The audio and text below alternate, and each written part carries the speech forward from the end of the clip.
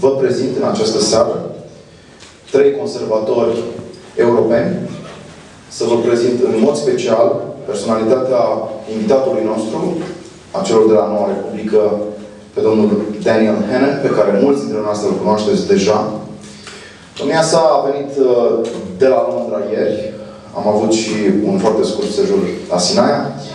Astăzi am venit în fața dumneavoastră pentru a discuta împreună o problemă gravă, o problemă dramatică chiar, care va putea fi rezolvată în următoarele zile pentru România, dar nu numai pentru România, așa cum vom vedea. Iar cel mai priceput, mi s-a părut nouă, care ar putea să, din familia conservatorilor britanici, ar putea să vorbească despre acest subiect, despre adversarii statului de drept, este cu siguranță domnul Daniel Hannan, care are 40 de ani, care face parte dintr-o generație foarte proaspătă și energică de lideri politici londonezi și nu numai. Este în aceeași generație cu Boris Johnson, care este actualmente primarul Londrei, și cu David Cameron, care este premierul Marii Britanii. Domnul Hannan s-a educat la Oxford, este licențiat în istorie. De foarte devreme a început activitatea politică în cadrul unei asociații prestigioase de tineri conservatori ai Universității din Oxford. A scris în prima tinerețe foarte multe articole, comentarii în importante reviste și publicații englezești, Daily Telegraph, The Spectator, Standpoint și alte reviste europene. Deopotrivă, domnia sa reprezintă aici Alianța Europenilor Conservatori și Reformiști, faimosul ACR, este secretarul general al acestei construcții politice europene. Este autorul mai multor volume și nu pot aici să epuizez lista bogată de titluri, dar voi face referire la unul dintre volumele cel mai recente, The New Road to Serfdom. Este un volum din 2010, o scrisoare către America și un avertisment la adresa americanilor care prea ușor renunță la libertățile pe care le-au dobândit de la părinții fondatori. Totodată, domnul Daniel Hannan este cunoscut foarte multor americani și nu numai pentru o intervenție remarcabilă în cadrul Parlamentului European, care interpela competențele fostului premier laborist Gordon Brown. Această intervenție, poate știți deja, a avut peste 3 milioane de vizualizări pe YouTube și lucrul acesta l-a făcut unul de cei mai cunoscuți retori ai Parlamentului European. Daniel Hannan este un prieten al României, a cunoscut această țară într-un moment critic, 1989-1990, ne va vorbi și despre aceste lucruri, și totodată este un soldat al libertății, care a venit aici, în fața dumneavoastră, și lucrul acesta ne onorează, să vă vorbească despre statul de drept și despre inamicii săi. Vă rog să îl întâmpinăm cu aplauze.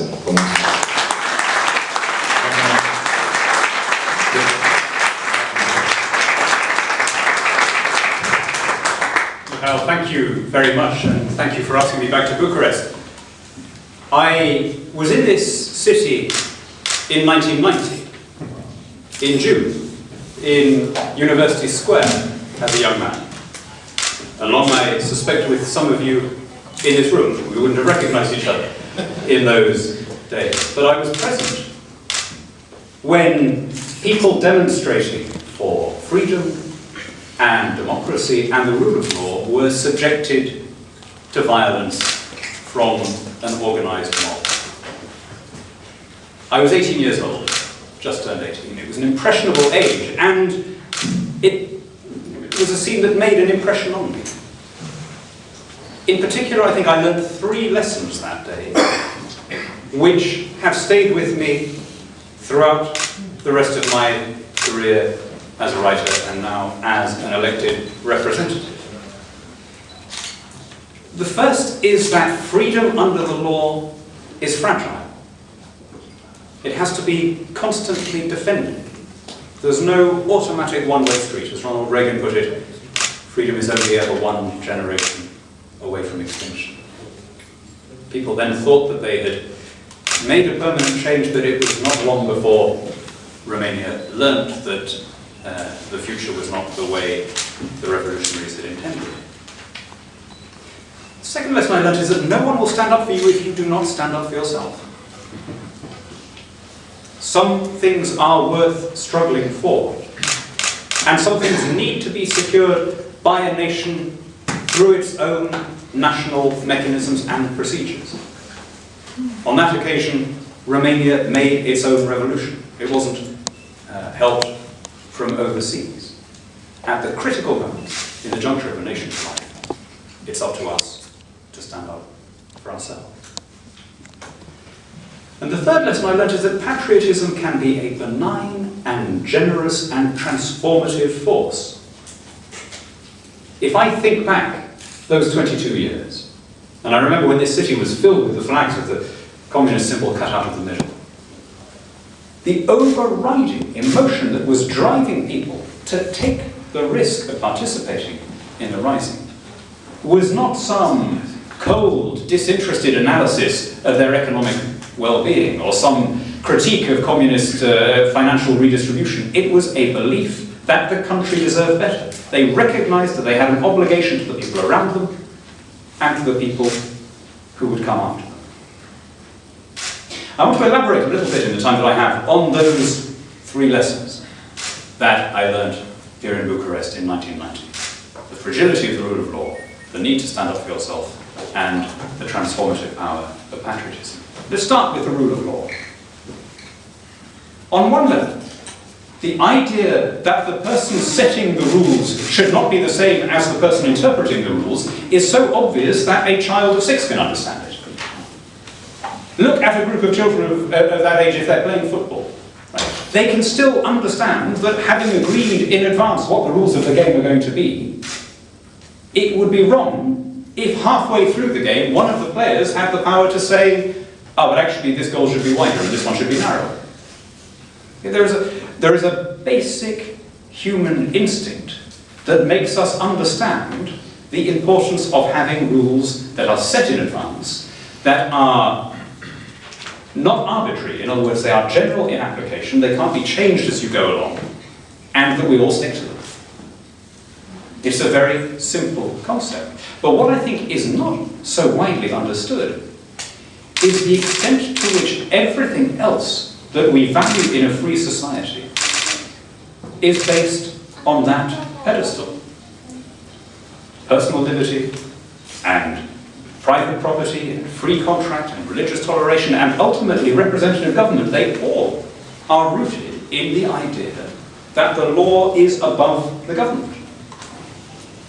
If I think of my own country's history, in first England and then the United Kingdom, it can be very easily understood in a kind of linear way as a succession of struggles by people and their representatives to make the government obey the same rules as everybody else.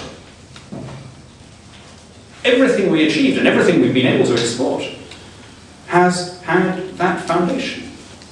At some stage in the very early Anglo-Saxon settlements, this extraordinary idea came out of our common law system. It's so taken for granted now that it's difficult to imagine how revolutionary it must have been 1500 years ago for somebody to have the idea that the law does not emanate from the state, but that somehow the law is already there. It's a folk right, a common inheritance of the people, and that everybody is subject to it, even the king. But one way or another, that idea was encoded in the very early English law codes. It suffered reverses. As Reagan says, it's only ever one generation away from defeat. There was a calamity for us as a country when the Norman Conquest happened in 1066, and we had feudalism imposed, and the government then thought that it could do what it wanted, and the country was treated more or less as the private property of the government. But how common is that picture in the story of the human race? Yeah. A medieval monarchy in Europe would be not so very different from an African despotism today. A system of organized looting by those who are in a position to do it, and then to rig the rules in favor of their children at the expense of everybody else's. What stops that? What stops that is the idea of some rules that you cannot change, whatever the position that you reach. And for hundreds of years, my fathers, in a succession of battles, struggled to impose that victory on their rulers. We have the great landmarks, the Magna Carta in 1215, the Glorious Revolution in 1689. We eventually got to the stage where everybody accepted that we all had to operate under the rules. That concept, if there is one thing that makes me proud to be British, it is the idea that we had a role in selling this idea to other countries, exporting to other continents. The notion that laws cannot be made, nor taxes passed, except according to a rule that was already agreed. And that the government doesn't just get in and have a majority and say, well, we're changing it all tomorrow. It's summarized, it was summarized during our Civil War in 2 words. If the king could do what he wanted, which was the contention of James I and Charles I and the other absolutist monarchs, then the law was subject to the king, rex lex. But if the king had to obey the law, it was the other way around. Lex rex. It really is that simple. And you know better than I do, my friends, you know what happens when you don't have that system. You know what tyranny we invite when a leader thinks that he is bigger than the Constitution. When I was first here, looking at the transition from communism, this was the big victory. The worst thing about that regime, which hundreds of millions of people were enslaved by and murdered by, was not the poverty and the squalor, it was the arbitrary nature of government. It was the terrifying reality that people in power could do what they want and you would have no recourse. And that is what's at stake when we talk about the law being bigger than the government. No one will fight for you if you don't fight for it yourself. In my little potted history of how we imposed this idea in England and then in Britain, the way it was seen, the way it's recorded by our historians, is as a series of contracts that we can point to. Benjamin Disraeli was a Conservative Prime Minister, and he famously dismissed the idea of universal human rights when he said, "To the liberalism that they profess, I prefer the liberty we enjoy. To the rights of man, the rights of Englishmen." And what he meant by that was, our liberties are solid in foundation. They're based on a contract that is enforceable and that is meaningful. Paper rights, without the means to enforce them, are meaningless. Now, if you look at the European Union's Charter of Fundamental Rights and Freedoms, it's impossible to disagree with any of it. But then much the same could have been said of the Constitution of East Germany, or of the USSR, wondering, freedom of religion and freedom of assembly and freedom of worship. Of course, as the peoples of those unhappy countries knew at first hand, paper rights are worthless unless you have mechanisms of representative democracy to hold them to account. And that was something which, in 1989, 1990, you asserted for yourselves. And this is why, when we look at the present discontents of this country, it's important to understand that other countries can express their disapproval, can act as friends and sympathizers. But it would be wrong, in principle, for a question touching on Romanian sovereignty not to be determined by the people of Romania. In fact, worse than wrong in principle, it would be wrong in practice too. Just as individuals learn responsibility, learn the connection between action and consequence, so do entire countries. And you don't have to look very far from here to see the consequences of what happens when a country expects its solutions to come from abroad. The European Union and the single currency in particular are going through an existential crisis, and the flashpoint is in Greece. Now, here's an odd thing. Greece has been the single biggest per capita recipient of EU funds since it joined in 1981. In proportionate terms, no country has been paying more. Now, of course, there is a very good argument against subsidies there. If subsidies worked, Greece would now be very rich, and Germany would be being bailed out, and the Greeks would be the ones doing the bailing out. So we all know, of course, as conservatives, that nations like individuals can be debilitated by a dependency on outside subventions.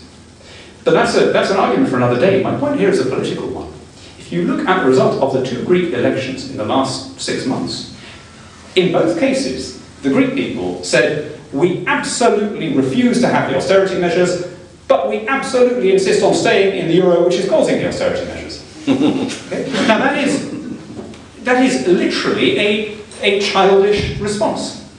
You know, if you say to a 5-year-old, do you want to have the cake or do you want to have the biscuit, they will say both. Because they're not old enough to have understood the notion of responsibility. Of course, they're looking to you, their parent, as the provider.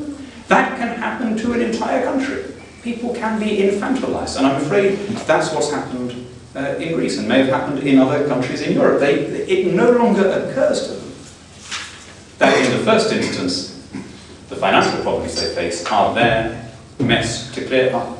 And until they get to that first stage, there is going to be no salvation there. So that's why I say it would be wrong to expect somehow constitutional crises in this country to be resolved with external assistance. You have friends, but ultimately this is one which I'm sure will be, this is an issue which will be settled by the Romanian people.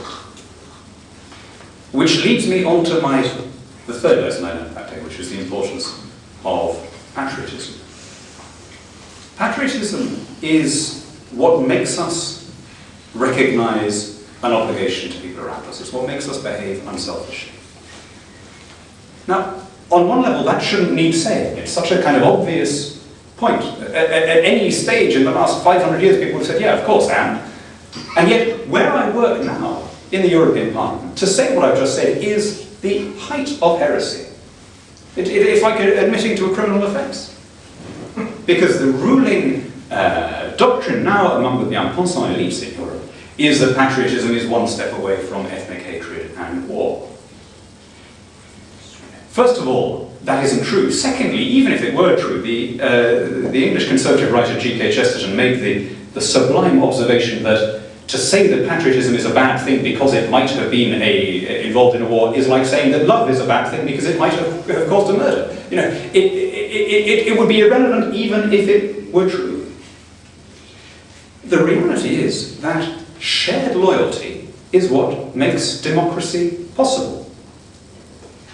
In 1942, in his broadcast from London to the French people, Charles de Gaulle said, democracy and national sovereignty are the same thing. And what he meant by that was that you can't have a functioning system of representative government unless there is a common sense of allegiance, of identity, of affinity of values. If you go back to the beginning of democracy in its modern form, I'm not talking about ancient Greece, but democracy as we know it in Europe, the early radicals in the 19th and late 18th centuries who were positing this extraordinary, revolutionary idea that government should be of, by, and for the people. When they made that argument, they immediately found that they had raised the question, what people? In other words, within what unit are these democratic arguments to be played out?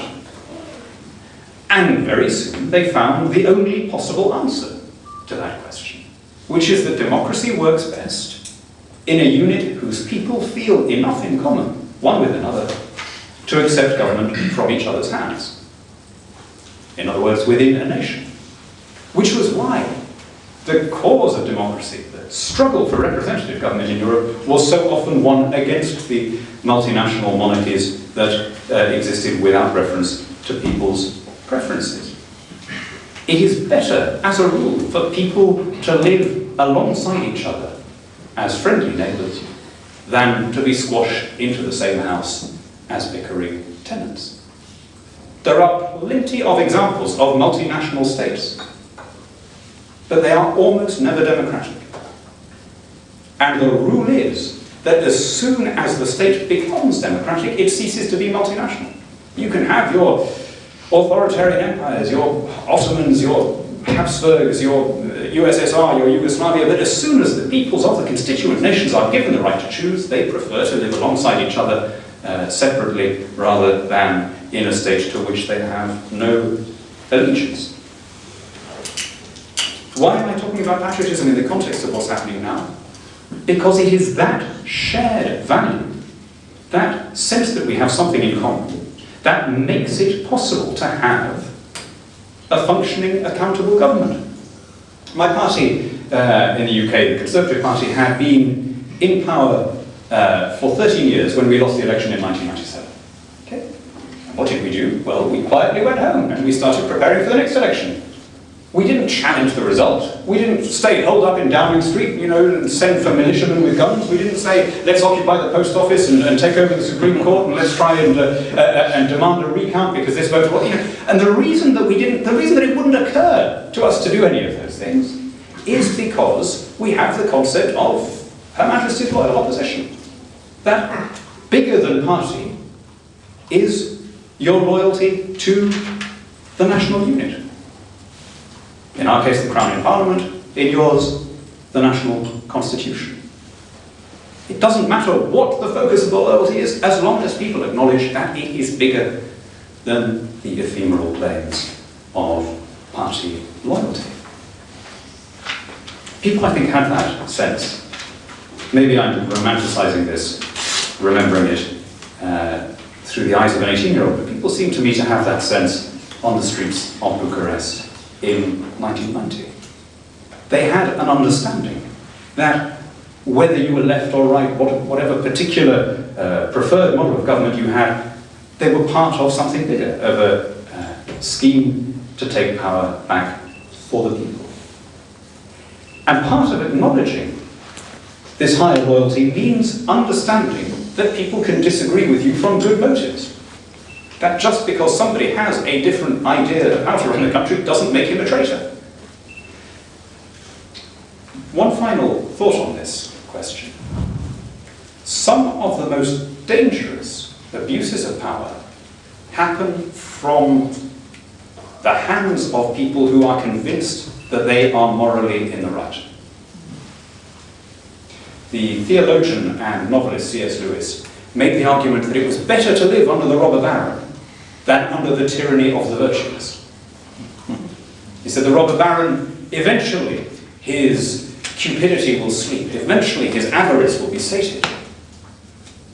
But he who persecutes you for your own good will do so ceaselessly because he does so with the approval of his own conscience. Nothing is so dangerous as somebody who thinks that his motives are so pure that the rules don't apply to him, that the Constitution no longer should act as a constraint. So, to pluck an example more or less at random, consider the US president who has been most ready to set aside the constitutional practice of that country, which was Franklin Roosevelt. He tried to pack the Supreme Court, he sidelined the legislature, he ruled by executive decree, and he ignored the two-term convention. Why? Because in his own mind he was absolutely sincere that he was doing all this for the ordinary people and standing up against the lobbies and the cartels and so on. But you know what? The system worked. People didn't let him do it. The Supreme Court stuffing plan was blocked. And even though he was being repeatedly re-elected throughout this period, even though he remained more popular than the opposition, his attempt to rewrite the Constitution as it had been envisaged by the founders was defeated by a free people acting in defense of their inheritance. Any organization that changes the rules, that makes up the rules as it goes along, however good its motives, is acting dangerously. I see this on a regular basis in the European Union, again and again. The dots and commas of the treaties are not allowed to stand in the way of what Brussels wants to do. You know, a referendum goes the wrong way, they say, it doesn't matter, we'll hold it again. You know, just to pluck the most recent example, no one in Brussels, no one tries to argue that the bailouts are legal. I don't just mean that they are not provided for in the treaty, they are expressly prohibited in the treaty. As Angela Merkel put it 2 years ago, the treaties are clear. There is no possibility to bail out a country. Right? And now, indeed, they're saying, yeah, we're going to change it retrospectively. So, in other words, they're admitting that the bailouts are illegal. That's why they need to change it, to have this retroactive regularization. And when you put this point to the Commission, they say very blasé, they say, oh yeah, well, the facts are ahead of the legislation. That is, it may seem a small thing, and they would say that it's justified by the emergency. You know what? That is always the argument of every arbitrary government. It's justified by the emergency. It never is. It never is. There's a reason why the law needs to be bigger than the individuals, and there is a reason why the politician, why the elected representative needs to be aware that he is passing through institutions that are greater than he is. That is the foundation of a free society. That's what I thought this country had built when I was here as an 18-year-old boy. That's the achievement of this generation, of some of you here in this room. That was your victory. And now, your task is to keep that inheritance secure and to pass it on intact to your children.